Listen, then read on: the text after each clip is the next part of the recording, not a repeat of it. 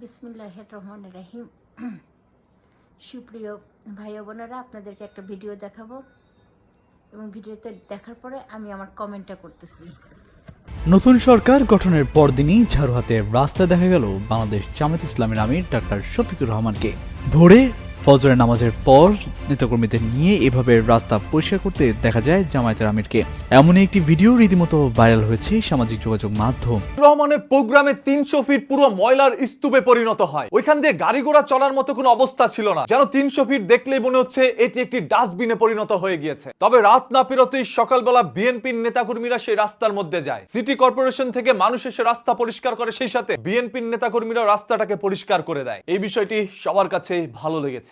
গতকাল তার সবসময় আমি চিন্তা করতাম ছোটবেলা থেকে প্রকৃতি মানুষ সম্পর্ক নিয়ে যে কেন এমন হয়। তো কানাডা আসার পরে আমি আমার কিছু লেখা, আমি সবসময় লেখালেখি মানে ছোটোবেলাও করতাম, অত বেশি না। কানাডা আসার পর একটা লেখা লিখে রাখছিলাম নোটবুকে। সেটা হচ্ছে, you should follow the nature, when you does not follow the nature, nature will be force you follow the nature. বুঝতে পারছেন ব্যাপারটা কি?